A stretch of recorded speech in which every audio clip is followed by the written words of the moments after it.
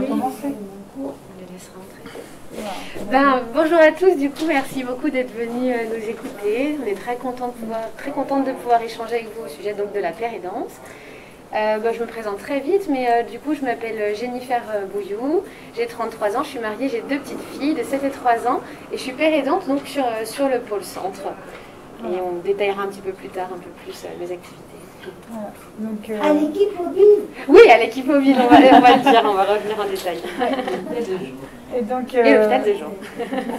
Moi, je suis également pérédante, je m'appelle Camille Mignard, certains d'entre vous me connaissent déjà puisque je travaille en intra, notamment à H1, pas mal depuis le mois de novembre. Et voilà. Donc, entre autres, voilà, si Jennifer a dit son âge, donc j'ai 37 ans. Je suis également mariée. Et j'ai 3 enfants. Ah oui, il faut le dire. T'as bien travaillé. Voilà.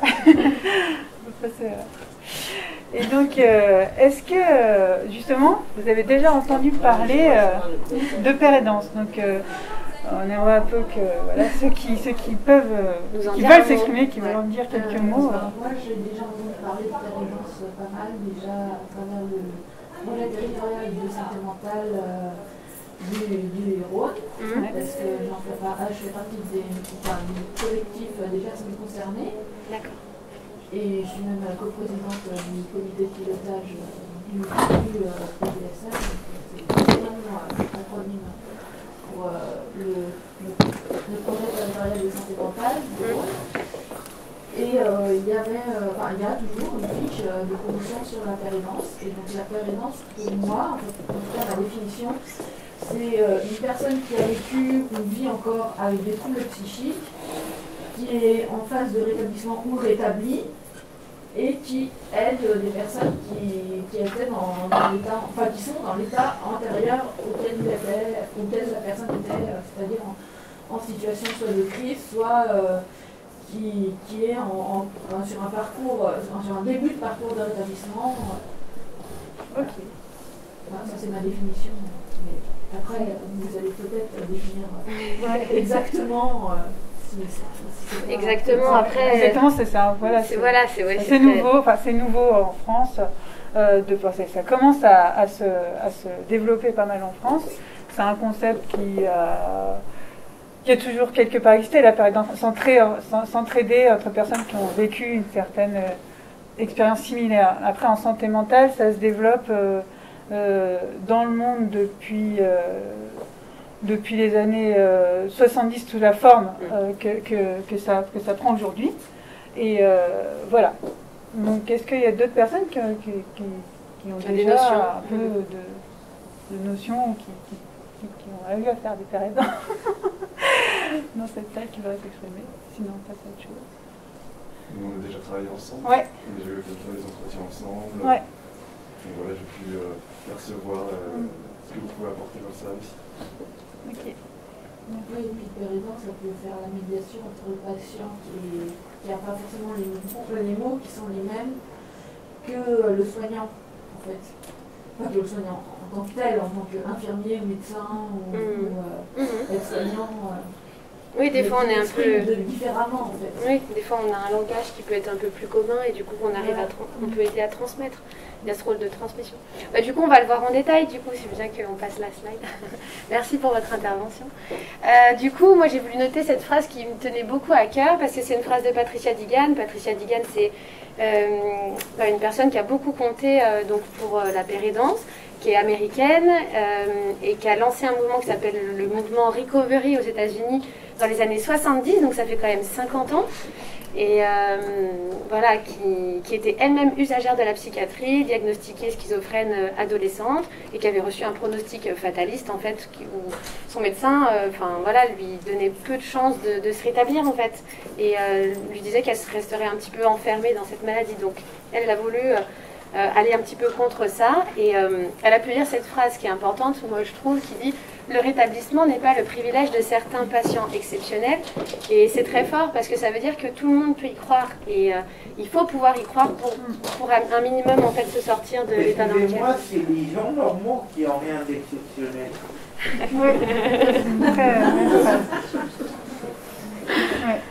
Pas faux. Donc on a parlé d'un peu de rétablissement. Voilà. Lundi, on a un peu parlé de rétablissement pour ceux qui étaient là aux différentes conférences. Qu'est-ce que notre rôle dans d'accompagner le rétablissement des personnes? J'ai envie de dire, c'est le rôle de tout professionnel de santé qui travaille dans le paradigme du rétablissement. C'est-à-dire, c'est pas faire le rétablissement à la place c'est plutôt faciliter le processus. La démarche est avec une posture justement d'y croire, la posture de croire que tout le monde est capable de se rétablir, a cette force en lui pour aller vers ses projets et ne pas se focaliser sur juste l'état l'état clinique, la maladie, si elle s'exprime vraiment, regarder dans sa globalité la personne, c'est ça.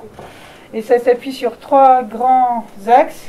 Donc on essaye beaucoup de travailler sur l'espoir, d'essayer de favoriser le déclic qui fait que la personne va se réveiller. Ça fait partie un peu dans le processus de rétablissement qui a été un peu scientifisé, simplifié par des chercheurs. C'est une étape clé, c'est l'espoir. C'est retrouver un peu l'espoir dans sa capacité à reprendre sa vie en main. Et reprendre sa vie en main, c'est quoi? C'est pouvoir d'agir, c'est se reprendre et favoriser la responsabilisation, l'autodétermination pour aller vers ses projets, vers ses projets de vie en général. Hein. On ne parle pas que de travail, on parle aussi d'oser d'oser aller prendre des risques, sortir de sa zone de confort, et c'est comme ça, petit à petit, je pense, et que ça fait partie aussi du processus, de sortir de sa zone de confort pour aller vers sa vie et retrouver sa... Dans toutes les sphères de sa vie. Voilà, c'est ça. Un peu comme les outils comme POP, par exemple, sont tout à fait dans ce paradigme d'aller vers, de proposer à la personne. Mais les choses qu'on a parlé hier. Ce retard, ma mère, elle l'a expliqué. Ouais. Et j'avais des profs d'anglais, ce qui servirait pour me guérir ma schizophrénie, c'est la méthode anglo-saxonne. Oui, c'est vrai que ça vient beaucoup des États-Unis aussi, tout ça. C'est des concepts qui viennent des États-Unis. Et l'inclusion sociale, donc c'est un peu tout ce qu'on a dit auparavant. Voilà, donc du coup, là on a un peu mis nos valeurs en fait en tant que pérédante, ce qui nous tient à cœur. Comme on a pu le dire, on n'est pas là pour faire le rétablissement. On est là pour aider la personne à s'en saisir. Donc la personne reste l'agent central de son rétablissement. Nous, on a un rôle de passeur en fait. On va venir peut-être dire, voilà, c'est possible et la personne peut se saisir de ça. Ensuite, nous, on vient en soutien à la personne, à sa dignité, ses droits, ses choix, ses désirs. Et c'est ce qu'on disait, on reprend des mots à chaque fois qui sont des mots forts en fait, parce que le but, c'est que la personne, elle reprenne son envie d'aller vers ce qui lui plaît. Et donc, on est là pour la soutenir à s'autonomiser, c'est-à-dire à pouvoir retrouver quelles sont ses envies et quels sont ses choix de vie. Et enfin, on est sur une relation donc d'entraide et qui n'est pas hiérarchique, on est vraiment sur quelque chose d'horizontal. Et il y a une vraie réciprocité dans les échanges, c'est-à-dire que nous, on est là, on est disponible et empathique et la personne peut du coup se saisir de ce qu'on peut lui amener, mais on apprend beaucoup aussi en fait. C'est vraiment un échange, c'est vraiment une construction qui peut se faire à deux. Oui, voilà, on reçoit autant qu'on donne. Voilà. C'est ça. Et voilà. De motivation à devenir pérédante, Camille. Qu'est-ce que c'était? Oui, parce que ça rappelle. C'est important de dire pourquoi on veut devenir pérédant, parce que c'est important, ça pique peut-être. Quand on, c'est toujours pour cette question un peu de... Il y a certaines personnes qui disent, mais pourquoi tu y retournes, quoi? T'es sorti du système de santé mentale et t'es sorti un peu de ça et tu y retournes, mais d'une autre manière. Mais justement, parce qu'on a des convictions, je pense que c'est important, ces motivations. Et moi, en une phrase, ce serait celle-là. Parce que le rétablissement, ça existe, et la stigmatisation aussi, justement. Avant que j'ai suivi une formation pour devenir pérédante, et donc j'ai entendu parler de rétablissement à ce moment-là. Mais je ne savais pas ce que c'était avant. Enfin, j'étais dans un bon processus de rétablissement. C'est-à-dire que justement j'avais construit ma vie, j'avais pris le temps de construire ma vie malgré pas mal de difficultés psychiques donc j'étais bien avancé dans le processus de rétablissement et j'avais envie de transmettre ça, que c'était possible, mais c'est possible j'ai aussi souffert pas mal de stigmatisation. Il y a certains projets de vie que j'ai eus qui ont été beaucoup freinés par ce que me renvoyaient certaines personnes, notamment moi, ça a été dans les milieux universitaires, j'ai stigmatisée à ce niveau-là. Et puis, je me suis aussi pas mal auto-stigmatisée sur certains projets, la plus personnelle, par exemple, j'ai mis beaucoup de temps à oser aller vers la maternité. Ça, c'est un truc, j'y suis allée petit à petit, en vraiment balisant les choses, mais j'y suis allée parce que c'était quelque chose, je n'aurais pas, moi en tout cas, personnellement, c'était le truc, je pouvais autant ne pas travailler de ma vie, mais si j'avais pas d'enfant, j'aurais été vraiment très très malheureuse. Et voilà. Donc voilà, ça c'est voilà mes motivations à moi. Jennifer. Oui, bah moi après je me retrouve beaucoup dans ce que tu as pu dire Camille, même par rapport à la maternité. Ça c'est clair que pour moi même le travail m'avait pas aidé en fait. Donc à un moment donné je me suis dit c'est pas grave si pour l'instant ça marche pas de ce côté-là, mais c'était important de pouvoir investir la famille. Et voilà, moi ma phrase c'est pour que chacun sache que c'est possible. Bah, autant les personnes qui sont en souffrance que les aidants, que les soignants, et donc on peut s'en remettre en fait. Et pareil que toi, je pense que j'avais tout qui s'était remis en place et je fonctionnais bien. Et quand j'ai entendu le mot rétablissement, ça m'a fait tilt aussi à ce moment-là. C'est-à-dire que c'était pas j'avais en tête de me rétablir, ça allait ensemble, quoi. Les deux allaient ensemble. En tout cas, ça me parlait beaucoup cette notion-là.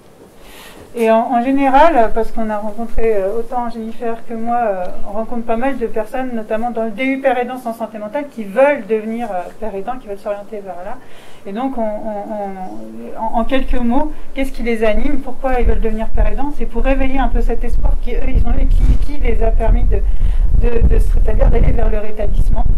Cette envie de continuer cette entraide qu'ils ont vécue, ou qui vivent encore, soit dans les GEM sur lesquels ils sont, soit à l'hôpital, parce qu'il y a beaucoup d'entraide à l'hôpital, entre les patients, tout le monde le sait, mais c'est une autre sorte d'entraide, parce que là, on est quand même plus solide, on n'est pas nous-mêmes dans un état de souffrance dans l'état, mais on est dans cette continuité un peu on essaye d'être dans cette continuité d'entraide.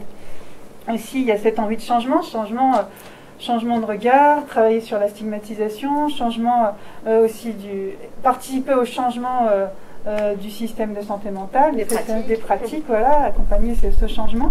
Ça, c'est des motivations qui animent beaucoup de personnes qui s'orientent vers la péréquance. Et puis des envies aussi plus viscérales d'utilité, de se sentir utile. Et de sublimer un parcours qui a été mouvementé, voilà, que ça serve à quelque chose.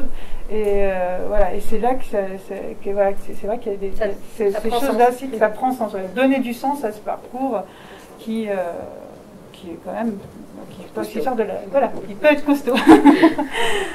Voilà. Alors là, c'est une slide un petit peu chargée, justement, donc qui explique comment on travaille. Nous, on travaille à partir de notre savoir expérientiel. Donc, ça veut dire donc travailler à partir de son vécu. Savoir expérientiel, c'est un mot un peu grand comme ça. Et donc, on a fait une liste en fait de ce que c'est que le savoir expérientiel. En tout cas, comment on travaille nous avec notre savoir expérientiel. Donc pour ça, c'est le fait qu'on ait pu être patient en psychiatrie, qu'on ait connu l'hospitalisation, parfois la contrainte, l'isolement, qu'on connaisse et qu'on ait vécu de l'intérieur les traitements qui sont lourds et avec leurs effets secondaires. Le fait d'avoir eu un diagnostic, ou parfois de ne pas en avoir eu, de ce que ça peut donner d'être en errance de diagnostic et peut-être d'avoir un diagnostic plus tardif qui peut être un soulagement. Vive la stigmatisation et puis bien sûr l'autostigmatisation, l'un va pas sans l'autre. L'impact social d'un parcours en psychiatrie, donc voilà, les arrêts de travail, les trous dans le CV, le décalage des fois scolaires, la RQTH, parfois ça peut être même vivre à la rue. Et puis ensuite, deux étapes importantes, donc le chemin de l'acceptation, la reprise d'espoir, ça arrive à un moment, et c'est beau ce moment-là, et du coup, on le vit des fois avec certains pères aidés, si on peut appeler ça comme ça, et c'est le plus beau. Et les stratégies d'adaptation, et le vivre avec, le fait d'avoir accepté et de faire avec, en fait, on n'a pas le choix, donc tant qu'à faire, plutôt que de se lamenter, si on arrive à se saisir des choses et aller de l'avant, tant mieux. Voilà, et donc on posait la question, scientifiser son malheur. Oui et non, s'il n'y a pas vraiment de réponse, c'est ce qu'on voulait. Est-ce qu'on pourrait avoir la traduction en anglais? Scienticize our je sais pas, sadness ou malheur, je sais plus comment, unhappiness. Et donc du coup, on voulait dire que vivre, c'est pas toujours savoir. En fait, pour devenir père aidant professionnel, il y a eu tout un passage de mise à distance et de conscientisation des choses. On l'a pas fait tout de suite. Enfin, après, ça dépend. Hein, la durée, c'est variable d'une personne à l'autre. Mais on est passé par tout un travail, en fait, qui nous a permis peut-être de voir les choses de loin et de ne pas vivre, justement, parfois même les émotions ou avec trop d'empathie, ce qui se passe avec les personnes qu'on rencontre. Et ça, c'est le plus important dans notre métier.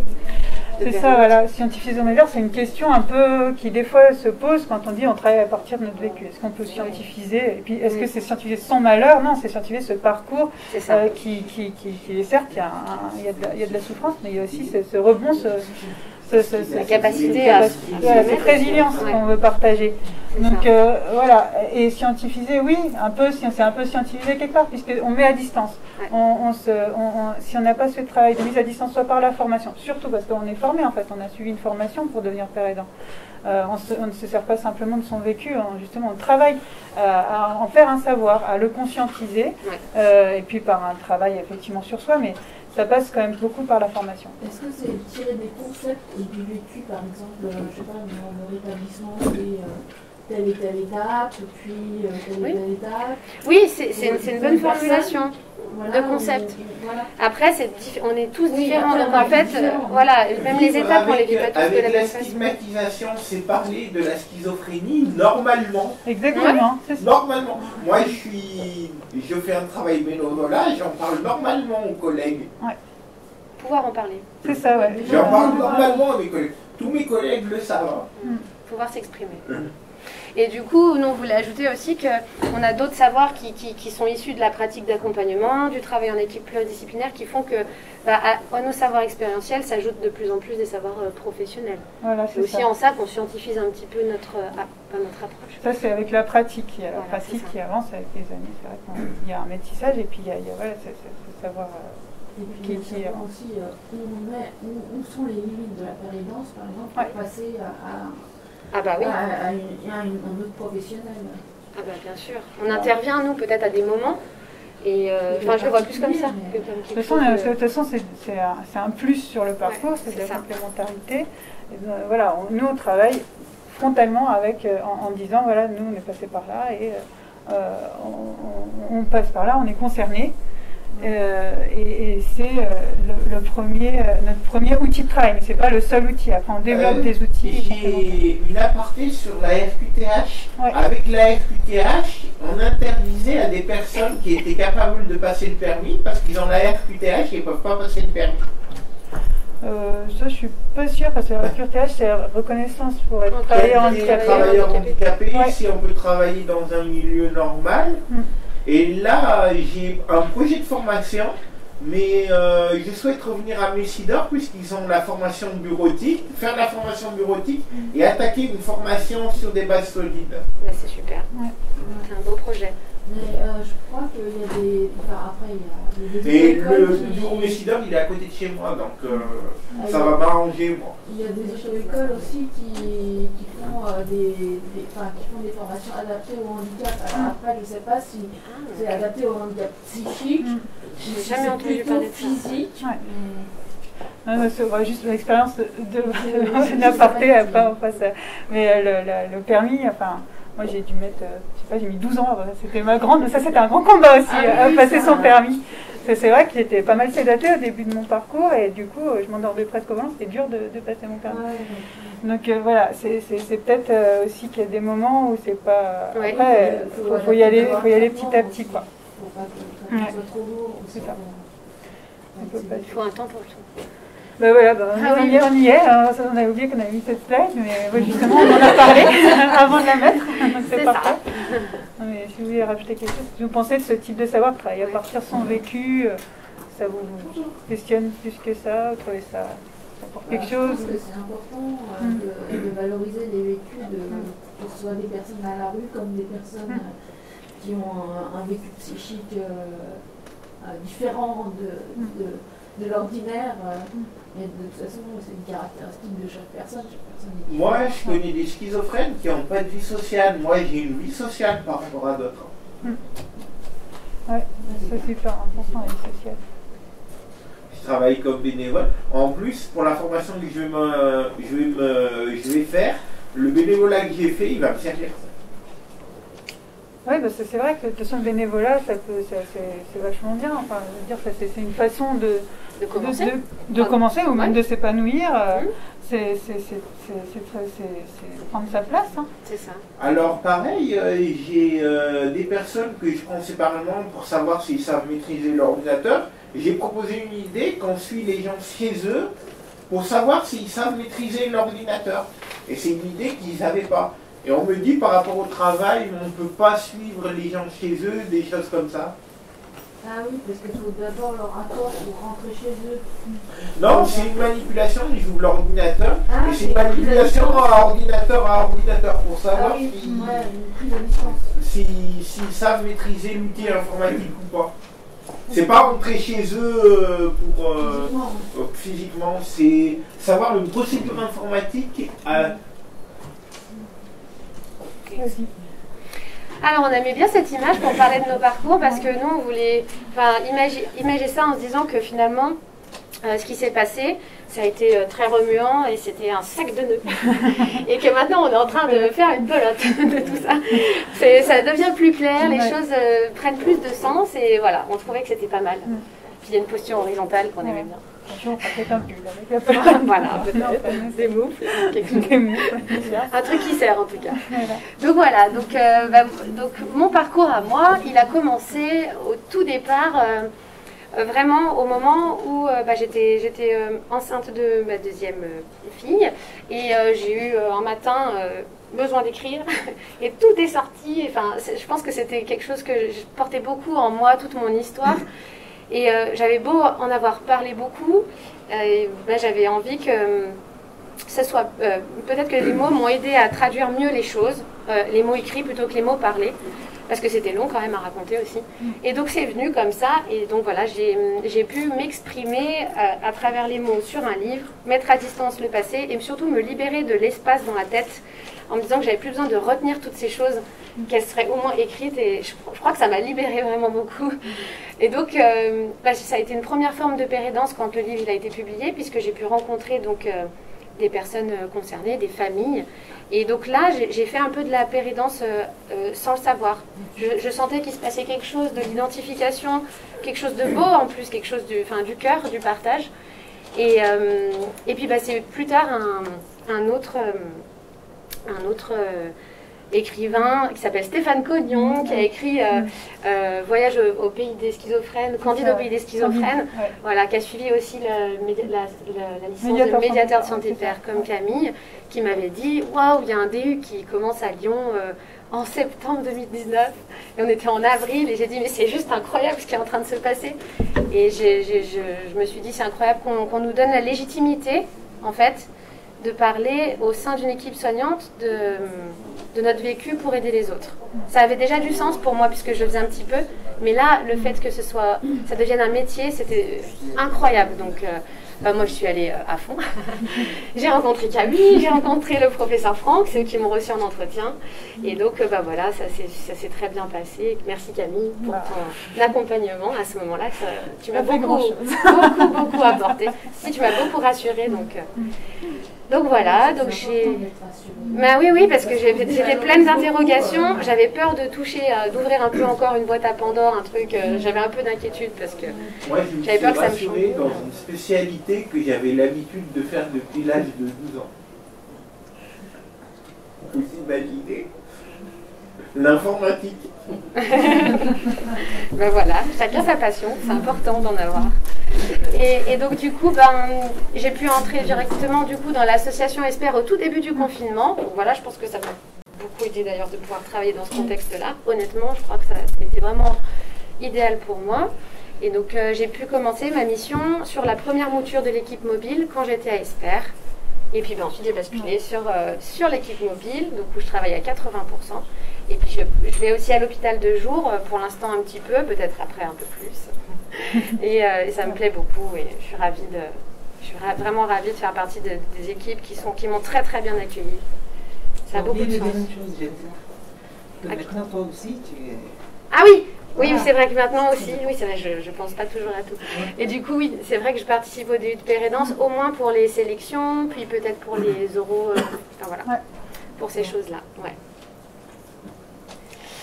Ah oui, donc alors, plus en détail, mes missions sur le pôle centre.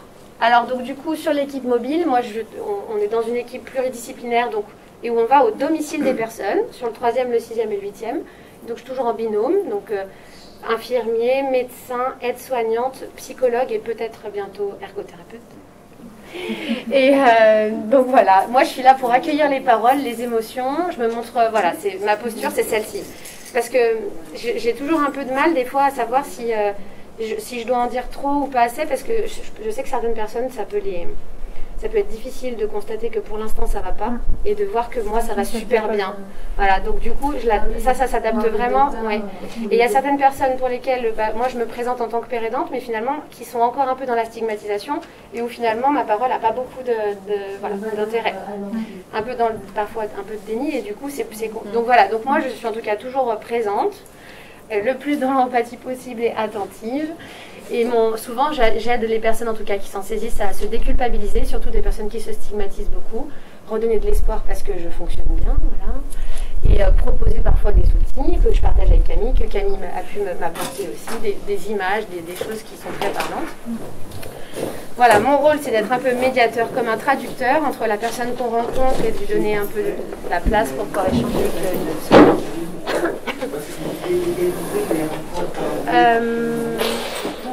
une aide au retour parfois, une aide au repère lors du retour à domicile, suggérer des occupations, accompagner vers l'extérieur. Là, demain, j'emmène une personne pour un atelier de sophrologie au centre social près de chez elle, et c'est une vraie victoire, parce qu'elle sortait plus de chez elle. Soutien et espoir aux proches aidants. Ah oui, des fois, ça m'arrive d'aider les personnes à comprendre ce qui se passe, de mettre des mots parfois sur les proches qu'on peut croiser au domicile, et rediriger vers des associations. Et donc sur l'hôpital de jour, voilà, maintenant j'élabore un petit peu quand même les ETP et je les anime, en tout cas pour au moins un pour l'instant, sur les symptômes. Éducation thérapeutique du patient, oui, pardon, c'est la psychoéducation. Et sur l'hôpital de jour, ça m'arrive parfois de faire des entretiens avec certaines personnes. Et puis j'ai mis deux phrases, c'est des phrases qu'on a pu me dire. C'est la première fois que quelqu'un décrit ses sensations comme je les vis. Personne n'avait pu les comprendre avant. Ça, je l'ai vécu avec une personne que j'ai vue sur l'équipe mobile. Et vous me donnez envie d'y croire, merci. Ça, c'était très drôle parce que c'était une personne qui au départ ne voulait pas me rencontrer et qui avait peur, qui avait même dit au médecin, enfin l'interne, elle lui avait dit, mais vous allez me laisser seule avec la pérédante. Elle était en inquiétude et c'est légitime et je le comprends. Elle était beaucoup encore dans quelque chose de stigmatisant. Et après, elle était très... Enfin, quand elle m'a rencontrée après et rassurée, elle était dans quelque chose d'identification et d'espoir. Elle avait des larmes et elle s'est beaucoup mobilisée après. Voilà, donc c'est comme vous pouvez le voir, très riche. Merci pour votre attention. À toi, Camille. Bon, alors, moi, j'ai pas écrit de bouquin. Ah, mais tu peins, toi. J'aime bien dessiner. Et ça m'aide beaucoup. Voilà. Et j'aime bien voyager. Enfin, j'ai toujours ça c'était un truc, justement, quand j'avais mal, pareil, que j'avais beaucoup de mal à mettre en deuil, c'est l'envie de voyager. Et parce que j'ai toujours, par exemple, voulu aller loin, aller travailler, je voulais faire de l'humanitaire quand j'étais toute jeune. C'était quelque chose qui me travaillait beaucoup. Et le déclic, je veux dire, ça a été que j'ai pu partir sur un projet au Mali pendant 1 an, alors que ça devait durer 3 ans, mais les événements internationaux ont fait que c'est qu'un an. Et là-bas, j'ai découvert des choses sur moi-même que je ne connaissais pas, notamment la communication, mon rapport avec la communication non verbale. Parce que j'étais dans un contexte de brousse malienne. Les gens ne parlaient pas français. Je ne parlais pas très bien bambara du tout. Je voulais l'apprendre, mais voilà. Et du coup, on a communiqué autrement. Et moi, ça m'a énormément aidé. Ça m'a énormément apaisé d'accueillir tout ce qui se passe au-delà des mots. Et il y a eu des choses très fortes qui sont construites pour moi à ce moment-là. Et voilà, dans le non-verbal aussi, mon rapport qui n'est pas là aussi, ça me fait penser à voilà, la danse m'a beaucoup aidé. Voilà, tout ce qui est voilà, au-delà des mots, l'expression corporelle. Et voilà. Et puis, après ce voyage, j'ai eu l'occasion, parce que là, j'ai découvert que c'est un truc que justement, je me stigmatisais beaucoup, je n'étais pas capable de travailler en lien avec les autres, je ne me sentais pas dans cette relation d'aide, justement, j'avais très envie d'y aller, mais j'ai découvert là-bas que en fait, j'étais à ma place là et que ça m'épanouissait beaucoup. Alors que je m'étais orientée vers une carrière plutôt très scientifique, de chercheur, etc. Voilà, mais c'était un peu par défaut, mais ça m'a permis d'avancer, tout ça m'a structuré. Et après, j'ai travaillé dans un GEM. J'ai travaillé dans un GEM spécial qui était pour les personnes atteintes de traumatisme crânien cérébro-lésé, un peu après cette expérience malienne. Et là aussi, je me suis sentie en connexion avec les autres. Et c'est là que pour moi, j'ai fait la première fois de la pérédance avec ces personnes atteintes de traumatisme crânien, qui avaient vécu parfois dans leur coma des hallucinations, des délires qui, moi, me parlaient beaucoup, qui étaient dans un isolement, parfois, voilà, un isolement social, et c'est pour ça qu'ils allaient au GEM, un décalage envers la société qui me parlait beaucoup aussi. Et donc, c'est ce travail un peu d'aide, d'entraide, d'en animatrice au GEM qui m'a donné envie après, quelques années plus tard, quand j'ai découvert que la pérédance, ça existait et qu'on pouvait en faire un métier en santé mentale, ça m'a donné l'impulsion d'y aller. Voilà, c'était ça. Et donc, comment j'y suis allée? Moi, c'est depuis 2017 que je travaille en tant que père aidante. D'abord à Grenoble pendant quelques mois dans une association qui s'appelait Entre Liens, qui n'existe plus, mais qui était de la père aidance en ville, de soutien de personnes atteintes de troubles bipolaires. Mais tout ce qui concerne la père aidance, la France a du retard. Ah oui. Oui, elle est sortie par rapport aux anglo-saxons. Oui, c'est ça, un gros retard. Un gros retard. Mais ça arrive là, ça y est. En tout cas, on est lancé là. Ouais. Et donc j'ai fait une première formation de personnes patients ressources en santé mentale à Grenoble, en même temps que ce travail Entre Liens. Et puis après, je suis arrivée au Vinatier, au Centre ressources de réhabilitation psychosociale, au CRR, tout en faisant la licence médiateur de santé père à Paris. Voilà, et donc j'ai travaillé cette posture, j'ai travaillé cette réflexion de qu'est-ce que la père aidance, médiation, cette médiation-là, puisqu'on parlait vraiment de médiation, médiateur santé-père, c'était être un médiateur entre l'équipe soignante et la personne accompagnée, la personne soignée. Alors moi, je suis parti pour l'autostigmatisation, de parler de ma maladie. S'il y a du bien, il y a du faux, il y a du bien, du mauvais, il m'en fout. S'il y a du bien, tant mieux. S'il y a du mauvais, pareil. Bah ouais. Faut faire on peut faire un peu de ces moins bien, un peu des forces aussi, et puis accepter ses vulnérabilités, ça fait justement partie du rétablissement. Et donc depuis 2018, je travaille au Vinatier, au centre ressources auquel je suis rattachée. Et j'ai d'abord travaillé au CL3R, sur CL3R, donc en réhabilitation psychosociale jusqu'au mois de novembre, là à peu près. Voilà, j'ai travaillé là-bas. Oui. Vous pouvez dire qu'est-ce que c'est que le CL3R? Oui, bien sûr. C'est ça, c'est le centre de réhabilitation psychosociale de Lyon. Et donc là-bas, tu peux expliquer.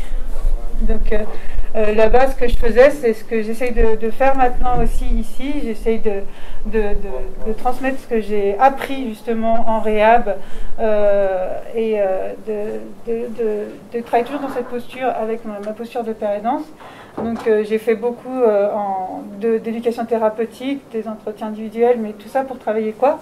Bon, justement aussi travailler, nourrir cet espoir par des échanges, renforcer l'estime de soi, c'est un peu très important pour aller vers les projets, avoir un peu confiance en soi. Partager des stratégies au niveau là, autant plutôt clinique là, cette fois-ci, c'est des partages de stratégies pour faire face à certains symptômes que j'ai vécu. Apprendre à se déstigmatiser, c'est d'en parler de la maladie normalement. Moi j'ai des collègues de travail, ils le savent. C'est ça. Donc apprendre à parler, effectivement, moi je travaille beaucoup sur le dévoilement, justement, qu'est-ce qu'on dit, où on le dit, comment on le dit, à qui on le dit et pourquoi on le dit, pour que ça soit le mieux entendu possible et qu'on soit soulagé parce qu'on a ce besoin d'être reconnu entièrement avec ça aussi, mais pas que avec ça. Et moi, là, je viens plus pour le problème de schizophrénie, plus un passage du coq à l'âne et un problème de sommeil. Là, j'ai un dosage de traitement qui me fait dormir trop. Ah oui, c'est un réajustement que je viens aussi. Et donc justement, ouais, c'est ça, c'est apprendre aussi, on parle beaucoup de ce sentiment de décalage, c'est vraiment ce mot qui revient pas mal dans les entretiens aussi que je fais, j'ai beaucoup, depuis 2010, je fais pas mal d'entretiens individuels. Quand on se dit stigmatise, c'est normal que les autres ont un décalage, ça c'est logique. Ça c'est tout à fait logique, madame. Ouais, et donc voilà, et aussi, voilà, bon ça je l'ai dit. Donc c'est entretien en individuel et partage pair à pair. Sur le DU aussi. Oui, excuse-moi. Donc j'ai participé au développement du DU de pair aidance en santé mentale, donc participé à l'élaboration du programme, je suis dans l'équipe pédagogique, je l'ai coordonné quand j'étais au CRR pendant 1 an et demi. Voilà, donc oui, c'est vrai que j'ai pas mal de rôles dans l'enseignement aussi de la pair aidance. Voilà. Il me semble que vous êtes aussi présidente de l'ESPER. Je suis présidente d'ESPER aussi. oui, je suis présidente d'ESPER. C'est vrai que je n'ai pas trop en parler parce que c'était un peu l'autre centre, mais il y a une association qui s'appelle ESPER, effectivement, que j'ai développée avec d'autres personnes pair aidantes, dont j'assure la présidence, qui est une association de pair aidance professionnelle et qui met pas à disposition, mais voilà, c'est de la pair aidance, c'est une association qui travaille qui propose ses services aux différentes institutions du Rhône, donc le Vinatier, Saint-Cyr, Saint-Jean-de-Dieu, mais aussi le médico-social, et qui aussi peut recevoir des personnes directement hors système de santé pour des soutiens pair. Toute personne qui habite dans le Rhône peut contacter ESPER. Voilà. Est-ce qu'il faut forcément avoir un diplôme pour travailler à ESPER? Pour travailler à ESPER, il faut s'engager à suivre une formation. C'est ça. On n'est pas forcément formé en commençant à travailler à ESPER. Non. Mais par contre, on s'engage à suivre une formation et c'est le DU, quoi, souvent. Parce que, donc voilà. Et le DU est ouvert à partir du bac, c'est ça? Oui, le DU, il faut avoir le bac pour le DU. Ou l'équivalent. Voilà. En bref, parce qu'on est fini. En bref, la pair aidance, donc du coup, on a mis, c'est avoir connu des difficultés, des émotions similaires à celles que traversent les personnes. Donc ça nous demande de nous adapter à ces émotions, et ça facilite en même temps la connexion. Et donc on part un petit peu en voyage avec la personne, ça c'est un côté super positif et porteur. Mais Camille, du coup, je pense que tu peux. Oui, et donc faire attention. Voilà. Après, attention, et c'est donc partir en voyage avec la personne, en empathie, parce qu'on a cette connexion facilitée, parce que ça nous parle personnellement. En fait, donc du coup, un peu le point d'attention, c'est justement, on en a parlé tout à l'heure, mais on répète là dans la période en bref, c'est avoir du recul pour revenir à soi. Et ça. Comme tout le monde, j'ai envie de dire, mais peut-être c'est la point de vigilance, c'est vraiment travailler ce recul pour revenir à soi, partir en voyage, mais revenir à soi. Et voilà, et du coup aussi revenir à soi et avoir conscience, on est là pour pour transmettre ce message à tout le monde, que ce soit soignant, soigné, que les vulnérabilités ça existe et qu'on peut vivre avec, donc faire attention, avoir conscience de nos vulnérabilités à nous. Prendre soin de nous, ça fait partie aussi du deal. Voilà. Faire un temps partiel plus ou moins. Oui, justement. Ça existe des tout petits temps partiels? Bien sûr. Ou c'est à partir de mi-temps seulement? Non, ça existe. Il y a certaines personnes qui travaillent, il me semble, à 30%. Ouais, ça, 20% pour une journée. Ça se discute. Ça dépend des structures, voilà. Mais c'est justement le temps de travail. Le temps de travail. On l'a déjà entendu. Voilà, et donc comment faire attention à soi-même, donc ne pas s'isoler, communauté de pratique, par exemple, échange entre pairs aidants. L'isolement, ça a disparu. J'ai trouvé un travail de bénévolat, j'ai remis mon permis en route, j'ai passé 3 fois mon code du premier coup. Ouais. Du premier coup, j'ai eu Le 3 fois code. le code. Je connais. Voilà, et là, professionnellement, donc ne pas s'isoler, donc trouver la juste proximité pour être soutenant en se préservant. Donc on parle de juste proximité parce que vraiment on est dans cette, ça pourrait être la même chose, mais voilà, vraiment le mot distance thérapeutique, c'est pas notre langage, c'est pas notre vocabulaire, c'est vraiment un travail dans la juste proximité. Voilà. Et c'est très important pour la connexion d'être dans cette proximité. Ça peut passer par le tutoiement, le partage de vécu. Des fois, il y a des jours, j'ai envie de voir personne. Est-ce que c'est un isolement normal, pas normal? On est tous Oui, pareils. on est tous pareils. On a tous besoin à un moment de... On a tous envie de rester un peu seuls. J'ai envie de dire qu'il y a des moments où même les personnes normales, elles ont besoin d'être toutes seules pour se ressourcer. Et d'autres moments où elles ont besoin d'être plus avec du monde. Ouais, c'est ça. On a tous besoin de son espace. Voilà. Et donc voilà, pour se préserver, partager avec l'équipe, pas s'isoler, et faire appel à la supervision quand c'est possible, c'est vraiment important. Voilà, et donc travailler dans une confiance mutuelle. Et oui, dans son équipe. C'est quand même bien. Voilà. Merci.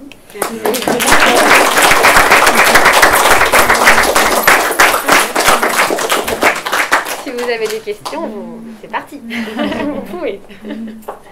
Si on n'a pas été clair sur certains points aussi, n'hésitez pas. Merci à vous, en tout cas, parce que c'est un beau témoignage et plein d'espoir. Et vraiment, c'est. Moi, je suis ravie, je le redis, je l'ai dit ailleurs, mais je suis ravie de travailler et de collaborer avec des pères aidants que j'ai découvert, très sincèrement. Je ne connaissais pas la père aidance.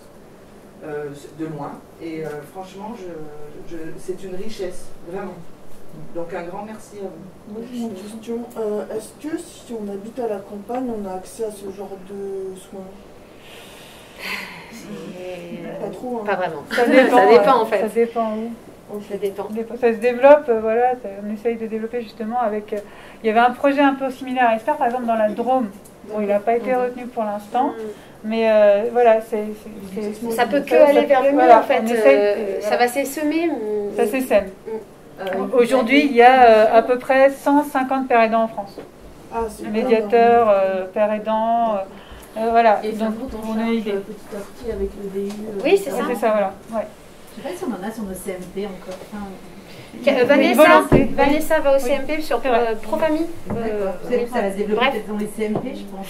Le docteur Brenner cherche à recruter une père aidante, un père aidant. Pour la campagne, sur les CMP de proximité, ça fait. Alors, généralement, au CMP de proximité, c'est une question de budget, parce que je sais bien, dans l'Ain, c'est...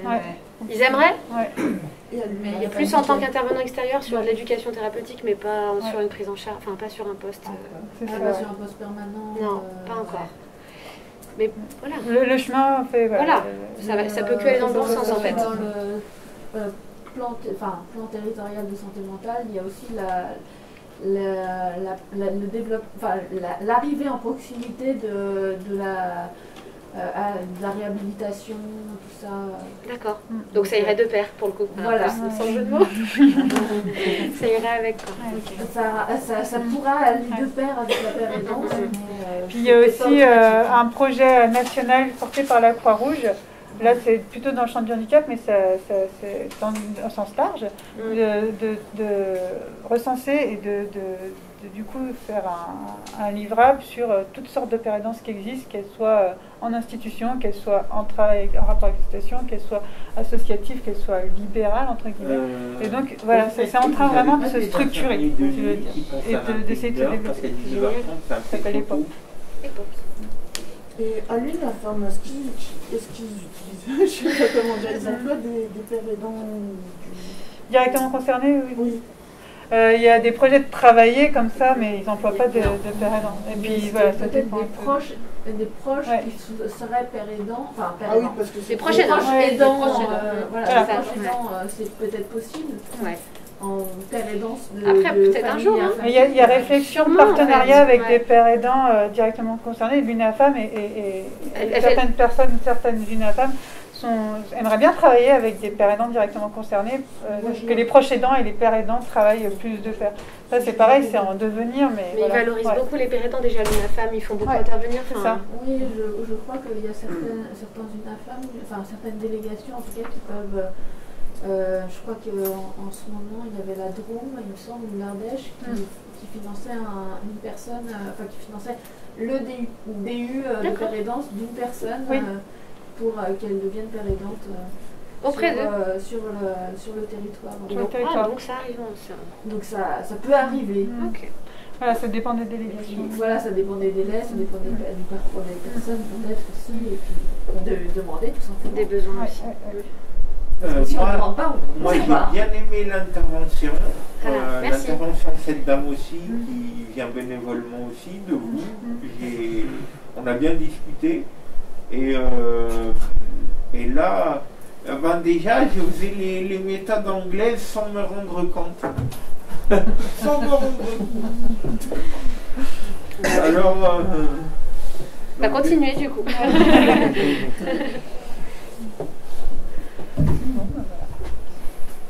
Pas d'autres questions? Et si on a loupé là tous les trucs, parce que là j'ai regardé moi pour devenir père aidante éventuellement, ça m'intéresse. Et j'ai vu que les sélections elles s'arrêtaient à la mi-mai, j'ai vu qu'il y avait des annonces à Esper mais que c'était fini aussi. Et je me suis dit qu'est-ce qu'on peut faire en attendant du coup pour se préparer ou pour être le mieux possible. Bah oui, c'est ça. Vous pouvez essayer d'aller au Clubhouse. Déjà il y a le Clubhouse. Parce que c'est une forme de pérédance, même s'il n'y a pas, c'est pas un lieu autour du soin. Non. C'est un lieu plutôt autour du travail et c'est une autogestion et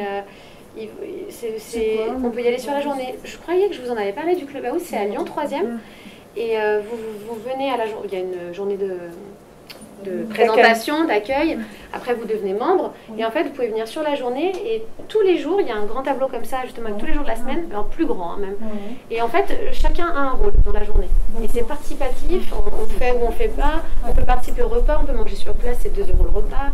C'est vraiment un lieu de vie collaboratif sur la journée. Et ça permet de remettre le pied à l'étrier exactement. Au niveau travail. Oui, parce que chacun apporte ses compétences. Donc, il peut y avoir du job coaching.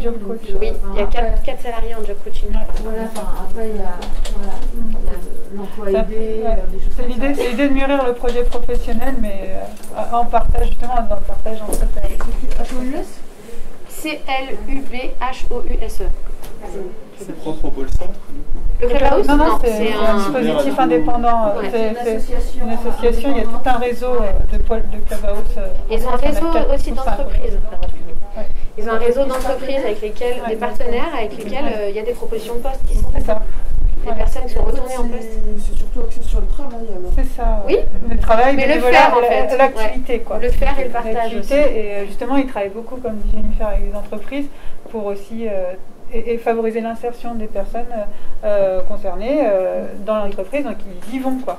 Ils vont sensibiliser justement au handicap psychique, si c'est ça, une mise en situation, vraiment vous aider à... Et chacun apporte sa compétence en fait là-bas, pour l'autogestion, en comptabilité, pour faire les comptes de fin de mois. Enfin, surtout sur les repas, sur les trous dans le CV, comment on justifie. C'est vraiment riche, hein. Je suis allée les rencontrer et c'est vraiment fabuleux. Enfin, si vous voulez développer une activité, vous pouvez, ouais, chacun peut proposer un peu de l'anglais à tout le monde. Exactement, ouais. Dans les dessins. Ouais, oui, mais ça peut. Ça peut, oui. Ça te permettra de motiver Exactement. vers un emploi, mais au moins pour savoir ce que vous voulez vous. Exactement. Ah bah oui, Régine, tu peux en parler. Peut-être tu connais toi plus aussi. Je trouve que c'est vraiment un lieu. Ils disent la première intention, c'est de rompre l'isolement, c'est pas de se retrouver tout seul, ça c'est certain. Et en deuxième intention, c'est aussi un travail pour vous. Enfin, je trouve dans la construction de l'organisation de la journée, d'avoir une tâche concrète par jour, de pouvoir aussi donner de votre propre compétence aux autres et que les autres vous le renvoient. Enfin, c'est un échange qui peut vraiment vous faire du bien. Moi, le problème, on m'a expliqué comment j'ai fait le progrès informatique. Ah.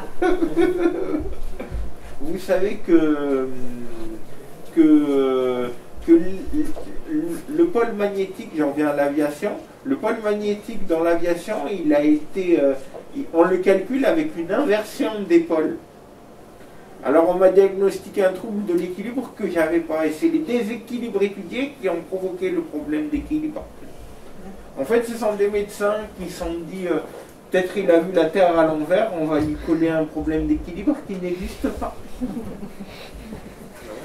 Enfin, celle-là, j'ai eu 21 élèves de classe qui m'ont dit qu'ils étaient forts en histoire géo, certes, mais qui ne sont pas forts pour calculer dans les avions. D'accord. Bah, chacun a ses points forts, hein, et ses points forts, on va le dire. Ouais. Merci beaucoup. Merci.